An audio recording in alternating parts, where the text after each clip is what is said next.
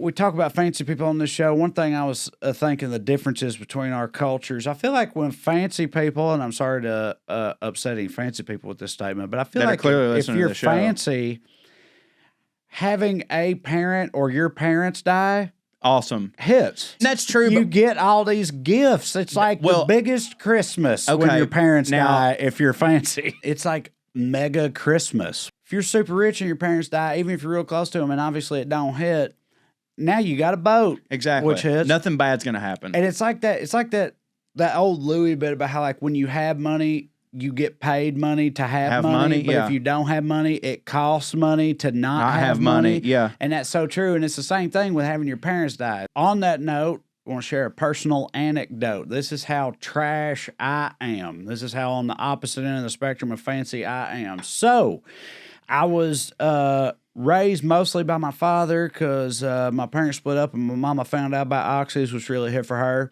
And Oxycontins, by the way, for anybody that's not used to the nomenclature. She was selling them and stuff, went to jail a couple times, whatever. Me and my mama are cool now, but it was a whole thing. But when they got divorced when I was 7, my mama got custody of us because that's just literally automatically what happened. Yeah. Like that. At that time, especially in that part of the world, it's still now. The mother just gets the kids. Yeah, dude, like, not straight up. Dude, not for matter. nothing. Like that's still. I don't know if it's really exactly how it works, but nowadays, still in the South at least, when you hear that like a woman lost custody of her kids, you're like, God damn, she must have been doing some shit. Love my mama, but she was doing some shit. I know. That's what I'm saying. She still got custody of us, but we, from the very beginning, stayed with my dad all the time because, she was busy. Doing some, right. Yeah. And so we stayed with my dad pretty much all the time. So pretty quickly, my dad decided, I ain't giving her ass no child support. Right. I'm the one supporting these kids.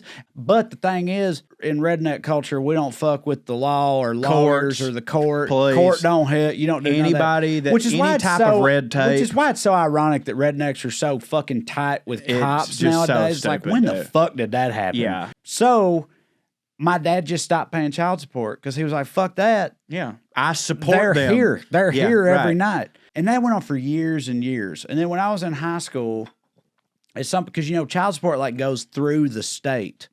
So at some point, the state of Tennessee called up, I guess, and was like, "Motherfucker, you ain't been paying child support for 10 years." And we tax that. He got like sued by the state. And immediately he told him, he's like, "Yeah, I haven't been paying it because I've been supporting them this whole time. They've been living with me." Me and my sister both.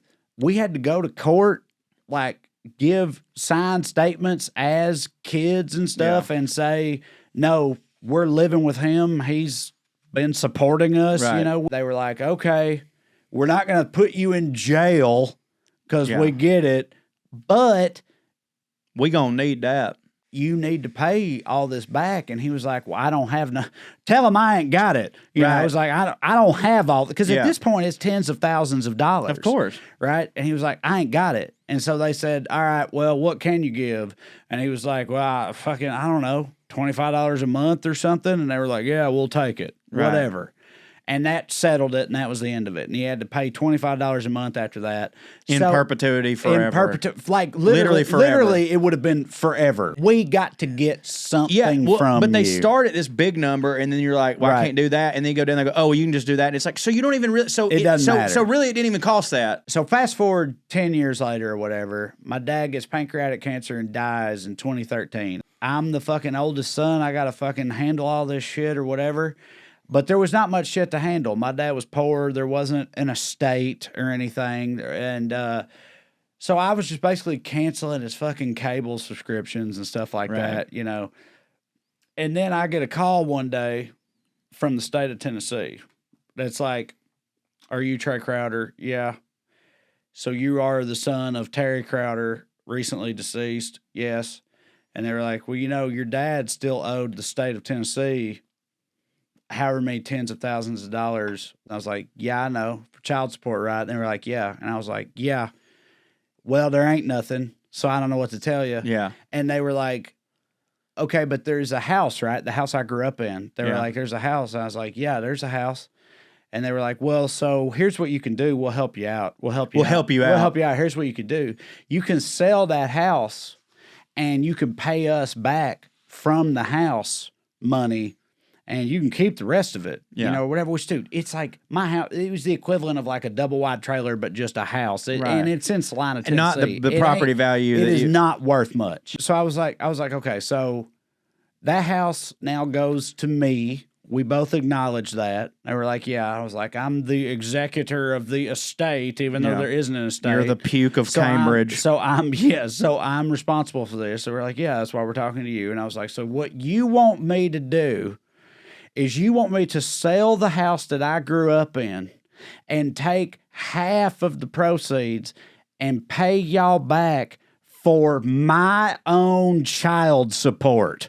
That's what you're asking me for right now? Mm-hmm. And I swear to God, the lady on the phone was like, yeah.